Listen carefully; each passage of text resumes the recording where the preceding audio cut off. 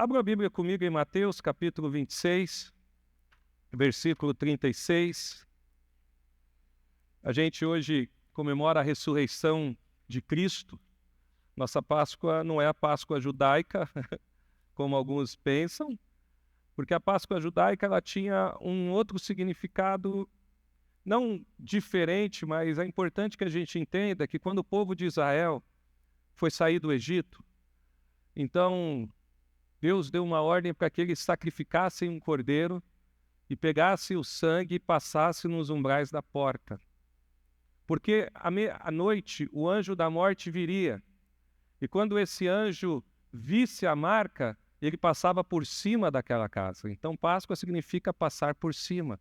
Aquela pessoa estava livre de morrer naquele dia. A Bíblia diz que Cristo é o nosso cordeiro pascal, né, Júnior?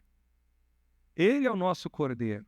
Por isso, quando nós estamos nele, nós não podemos morrer a segunda morte, porque ele morreu em nosso lugar. Tá? É só importante ficar essa diferença, porque domingo é um dia especial de qualquer maneira. Hoje mais, porque a gente está lembrando da ressurreição de Cristo, porque o domingo é o dia do Senhor, é o dia que nós separamos para buscar e adorar a Ele com todo o nosso coração. Abram comigo Mateus 26, 36 ao 42. Diz assim: Em seguida, Jesus foi com ele a um lugar chamado Getsêmani e disse aos seus discípulos: Sentem aqui enquanto eu vou orar ali. Ou vou ali orar. E levando consigo Pedro e os 2 filhos de Zebedeu, começou a sentir-se tomado de tristeza e de angústia.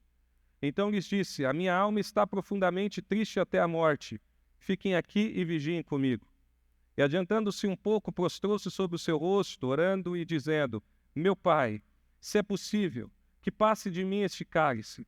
Contudo, não seja como eu quero, e sim como tu queres. E voltando para os discípulos, achou-os dormindo e disse-lhes a Pedro: Então nenhuma hora vocês puderam vigiar comigo? Vigiem e orem para que não caiam em tentação. O espírito, na verdade, está pronto, mas a carne é fraca. Retirando-se pela segunda vez, orou de novo, dizendo: Meu Pai, se não é possível que esse cálice passe de mim sem que eu beba, faça-se a tua vontade. E voltando, achou-se outra vez dormindo, porque os olhos deles estavam pesados.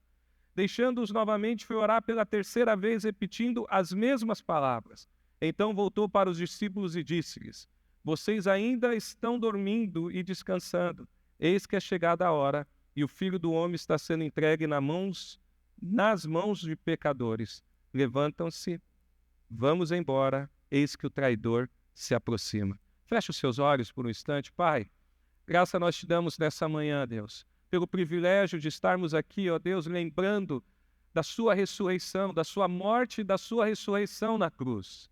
Nós te louvamos, ó Deus, por esse privilégio, por fazer parte do teu corpo, de poder lembrar, Senhor, tudo aquilo que o Senhor fez e entender, ó Deus, que em Ti nós somos livres da morte, ó Pai.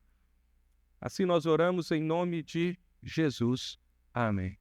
Então, assim como muitas coisas no Antigo Testamento apontavam para o cumprimento em Cristo Jesus, assim também é a Páscoa, como vários outros sacrifícios. Ele apontava para aquilo que Cristo iria realizar na cruz do Calvário. Os sacrifícios de animais, a morte de sangue inocente pelo sangue culpado, tudo isso apontava para o verdadeiro sacrifício, que é o sacrifício de Cristo. A Bíblia vai dizer em Hebreus que sacrifícios de animais não podem perdoar pecados, mas eles sacrificavam, Júnior, conforme a ordem do Senhor, porque isso tinha um significado. Ele apontava para o verdadeiro sacrifício que era Cristo na cruz do Calvário. Então hoje é uma noite de alegria, porque o túmulo está vazio. Cristo não está mais pendurado numa cruz. Ele não se encontra mais morto, mas ele ressuscitou ao terceiro dia. Vivo está, e por isso todos os domingos nós estamos na presença dele, cultuando e nos lembrando de tudo aquilo que ele fez por mim e por você. Agora, ele foi para a cruz sem merecer a cruz. Ele foi para a cruz sem ter culpa para ser crucificado, porque ele estava levando a minha culpa e a sua culpa. a culpa do nosso pecado presente, a culpa do nosso pecado passado e, pasme, a culpa do nosso pecado futuro, porque nele estava sendo levado todos os nossos pecados. E aí, queridos, a gente fica pensando em alguém que é inocente, que é puro, levando uma culpa. Em contrapartida, nós somos merecedores da morte. Eu me lembrei, quando eu montei essa pregação, uma situação em que eu estava em casa junto com a minha tia e a gente estava pulando no sofá. E meu pai, irmãos, ele é um homem bravo. Ele era um homem bravo, severo comigo. Depois que nasceu meu irmão, ele virou vô, mas comigo ele era severo. E eu estava pulando no sofá. E minha tia também. Só que quando meu pai levantou e abriu a porta, minha tia era mais velha que eu. Sentou. Eu devia ter a idade do Rafael, por aí. Mas eu fiquei em pé. E meu pai me agarrou pela orelha, olhando.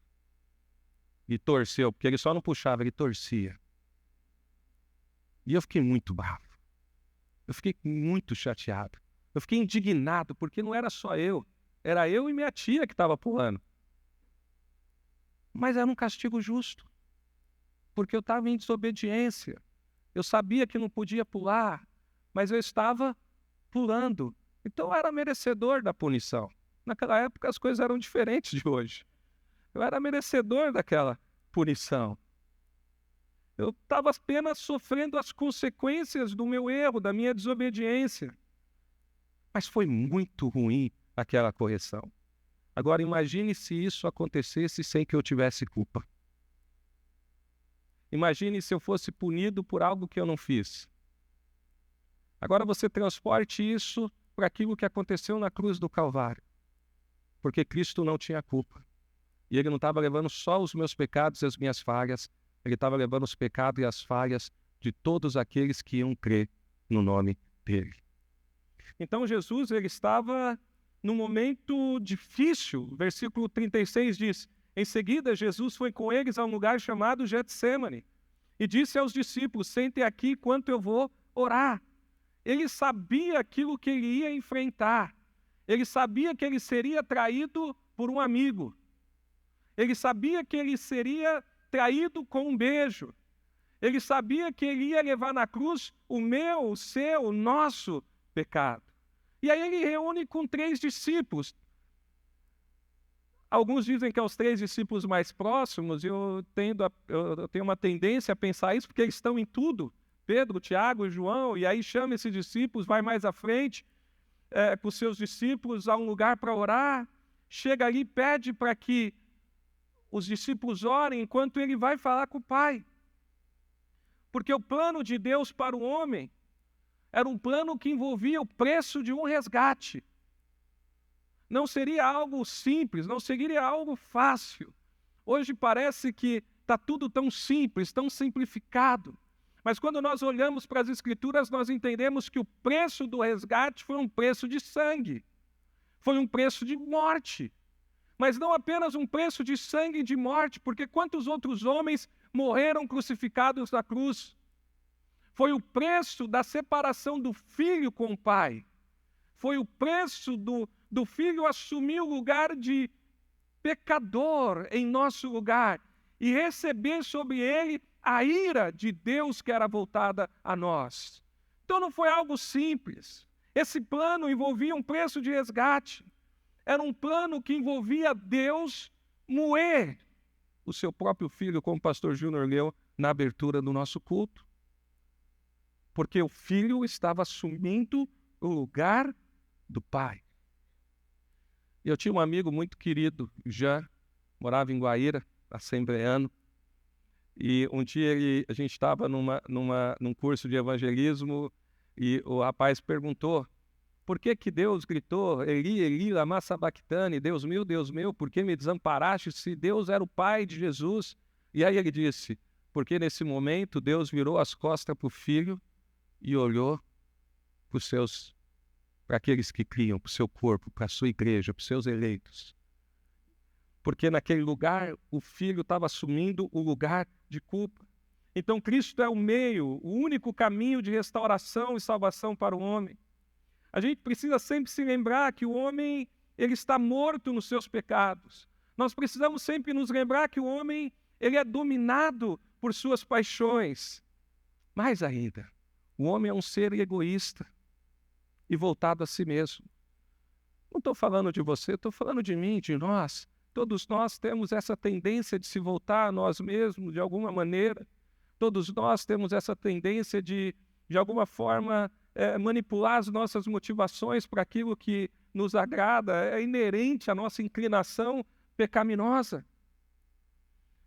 Por isso que o homem, ele se torna, ou ele é, podemos dizer, ele é incapaz de cumprir as exigências da lei para estar diante de Deus. Mas aí que entra a beleza do Evangelho, as boas novas, a boa notícia de Cristo, de que ele se esvaziou da sua glória. Ele deixou o seu lugar de glória para corrigir tradições, para interpretar a lei do Senhor corretamente, lei essa que tinha sido mudada ao longo dos anos pelos religiosos. Ele veio não para revogar a lei, mas para cumprir a lei. E uma vez que Cristo cumpre essa lei, ele transporta, ele infunde, ele passa para nós esses méritos, para que nele nós sejamos cumpridores da lei. Então ele não revoga a lei, ele cumpre a lei. E todo aquele que crê em Cristo como Senhor e Salvador se torna cumpridor dessa lei em Cristo Jesus. Então a gente precisa entender que, embora salvos, nós devemos sempre buscar obedecer a palavra de Deus. Que, embora salvos, nós precisamos sempre buscar cumprir, porque a lei não foi revogada. Quando a gente pensa em lei, a gente pensa em lei civil, essa lei de Israel não serve para nós, a lei do país. A gente pensa em lei cerimonial, que são os sacrifícios dos animais, tudo aquilo que era feito ali no templo, isso também não serve para nós, porque isso era um apontamento daquilo que Cristo ia fazer. Isso era a sombra daquilo que é Cristo Jesus. E aí, por fim, sim, a lei moral de Deus, essa continua valendo para a igreja, para mim, para você, para nós.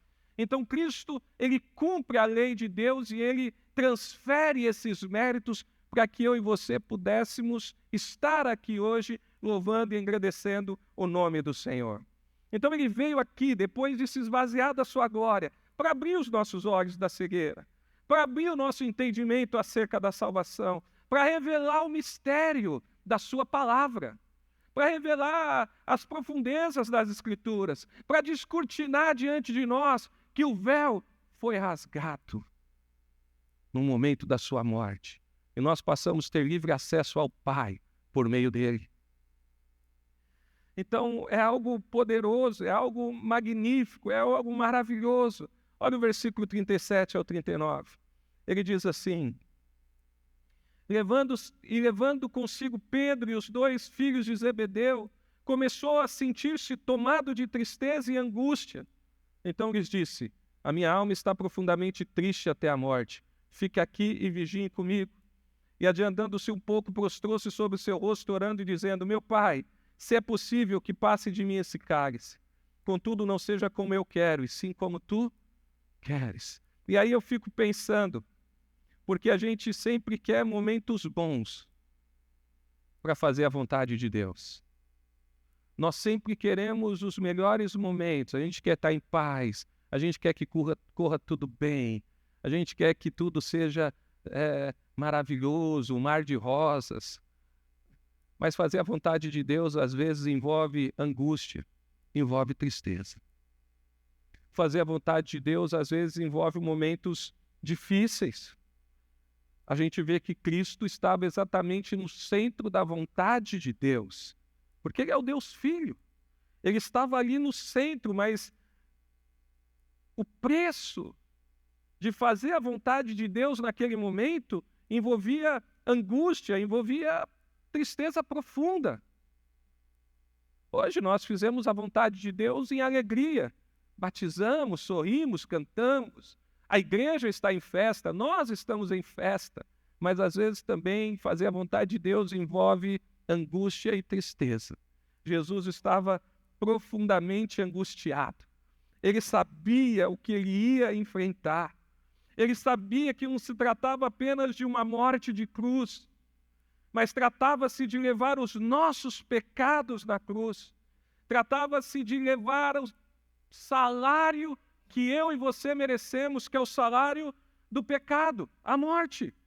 Sabia que era assumir uma culpa que não era dele, que era sofrer uma angústia, sofrer uma injustiça que nós deveríamos sofrer. Porque nós somos merecedores. Porque nós pecamos todos os dias. Porque nós infringimos a lei do Senhor todos os dias. Sem exceção. Todos nós, em todo tempo, com os nossos atos de bondade, na qual a motivação está equivocada, nas nossas ruindades, na nossa inveja, nos nossos egoísmos, nós infringimos a lei, por isso somos merecedores da morte. Mas Cristo, Ele assume algo que Ele não cometeu, para que eu e você pudéssemos desfrutar da justiça de Cristo. Está calor aqui, hein? Desfrutar da justiça de Cristo.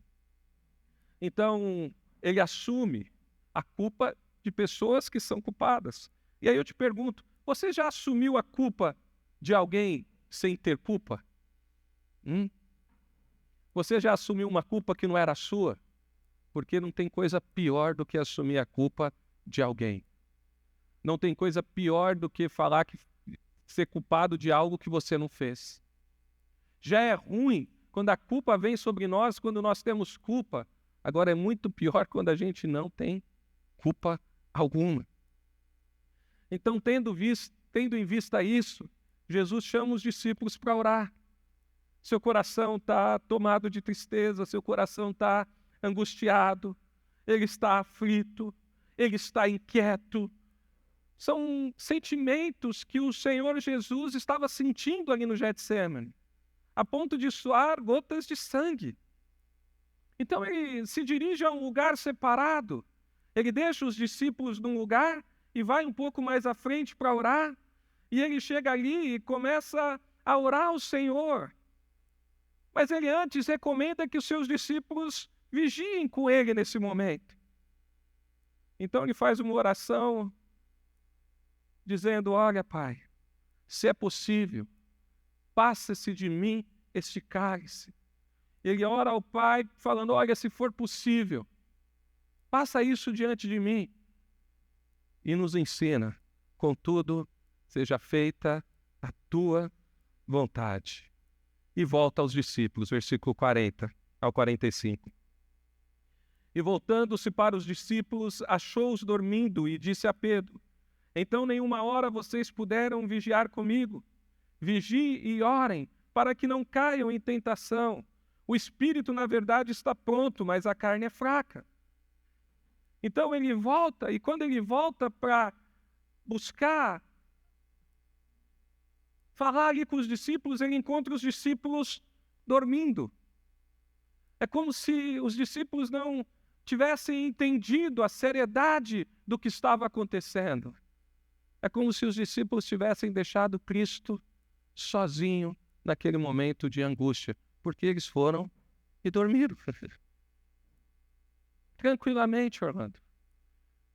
Fecharam os seus olhos e oraram, né? Estamos aqui orando e dormindo. Estamos aqui orando e cochilando. Eles dormiram ali.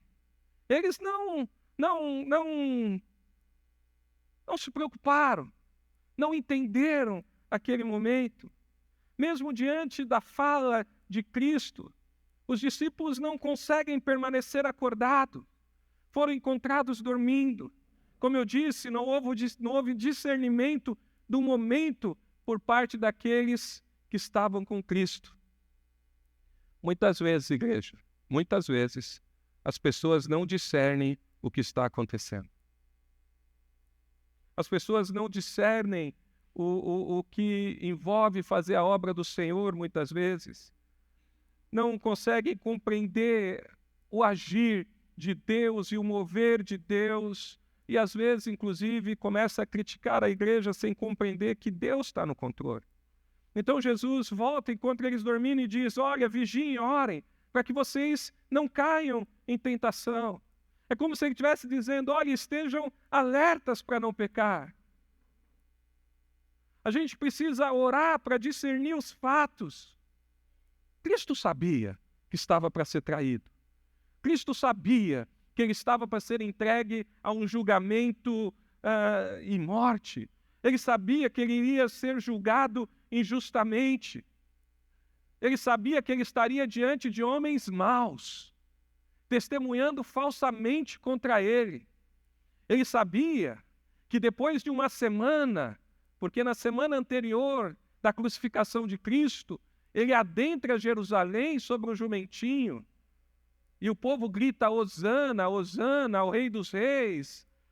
E numa semana depois, uma grande multidão grita: crucifica-o, crucifica-o. Uma grande multidão decide que ele deveria ser morto na cruz do Calvário. Então ele volta pela segunda vez diante dos discípulos e ele encontra mais uma vez os seus discípulos dormindo. E eu pergunto, queridos, será que se os discípulos soubessem que era o último dia com Cristo antes da crucificação, eles teriam dormido? Será que eles tinham tido a mesma conduta? Porque essa é uma reflexão que nós temos que fazer como igreja. Se fosse a última vez que você estivesse aqui, se durante a semana você soubesse que o Senhor fosse te levar, será que você ia viver esse domingo e essa semana da mesma maneira? Provavelmente não.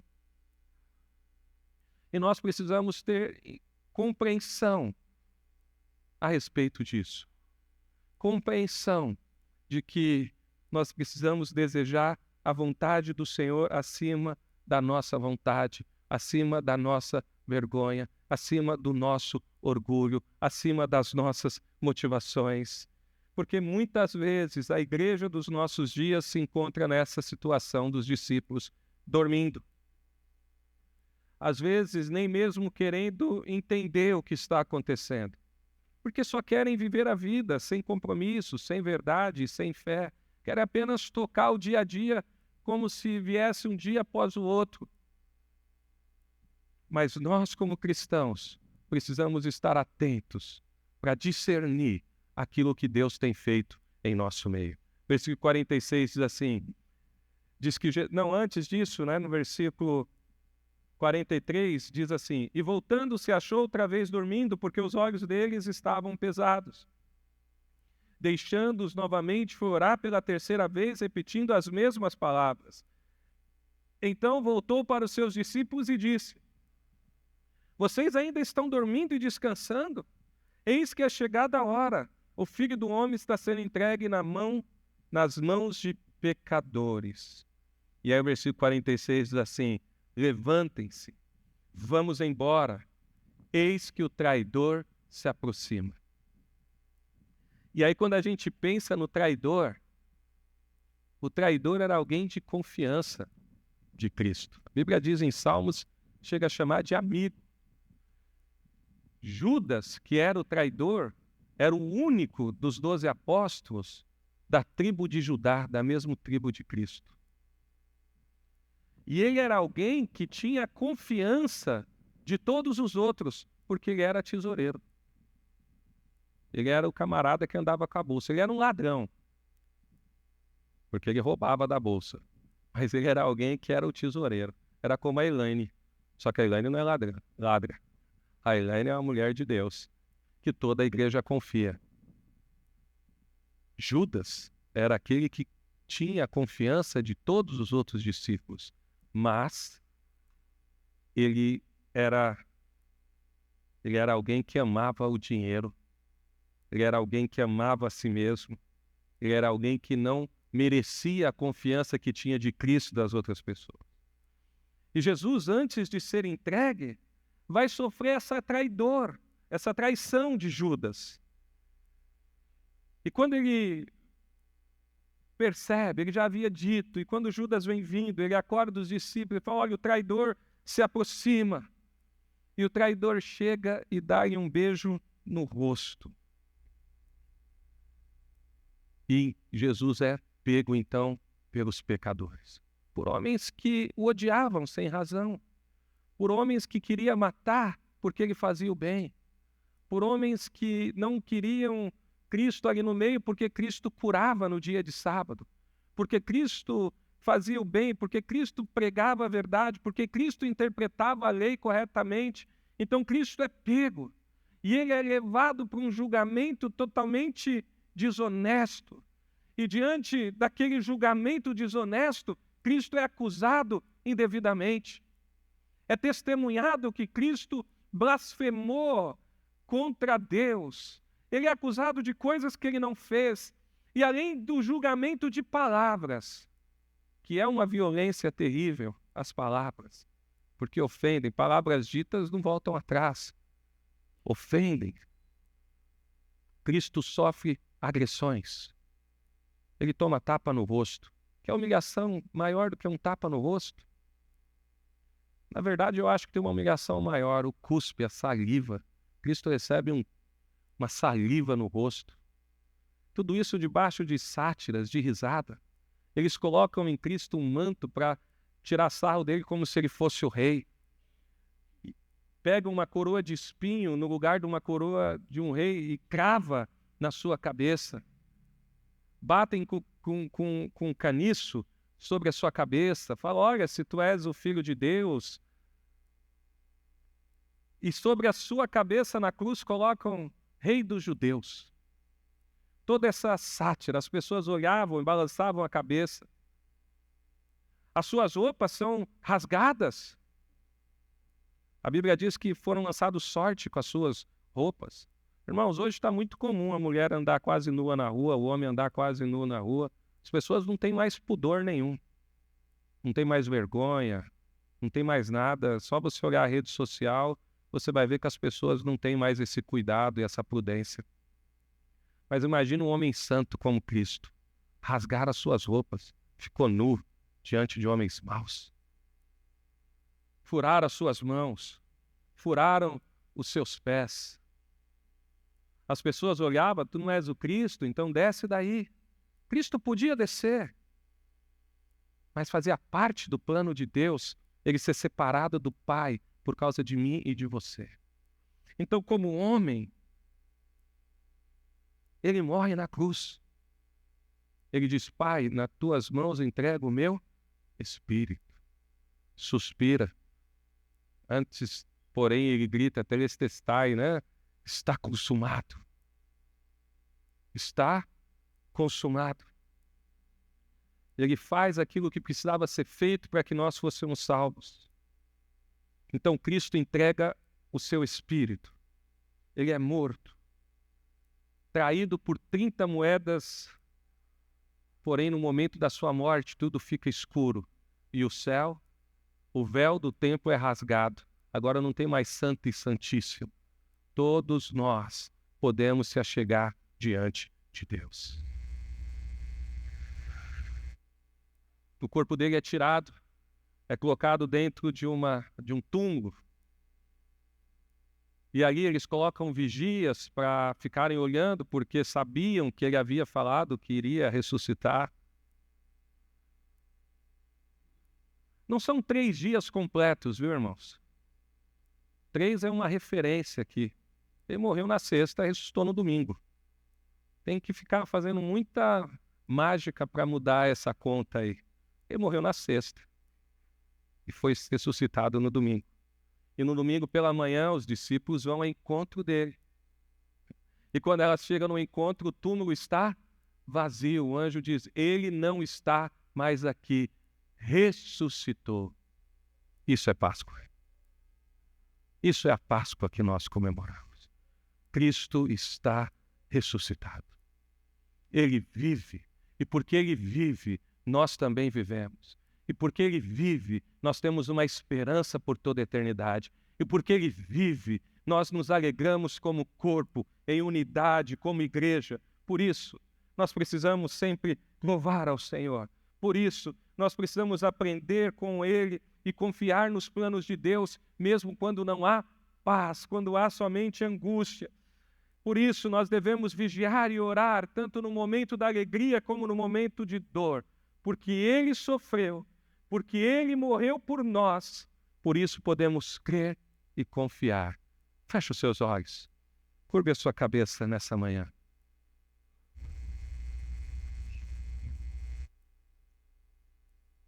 O nosso Redentor vive.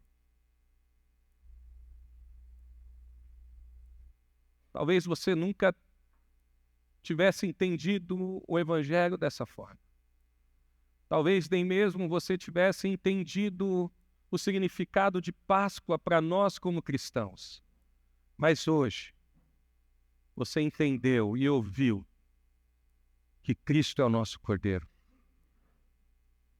Ele morreu a nossa morte para que nós tivéssemos a vida dele. Ele foi separado de Deus para que eu e você pudéssemos ter toda a eternidade com o Pai, com o Filho e com o Espírito Santo. Por isso, nessa manhã, ore ao Senhor. Confesse os seus pecados diante dele. Confesse ele como seu único e suficiente Salvador. Ele vive, ele está vivo, ele não está mais no túmulo, ele ressuscitou e vivo está à direita de Deus Pai, intercedendo por mim e por você. Ore ao Senhor nesse momento.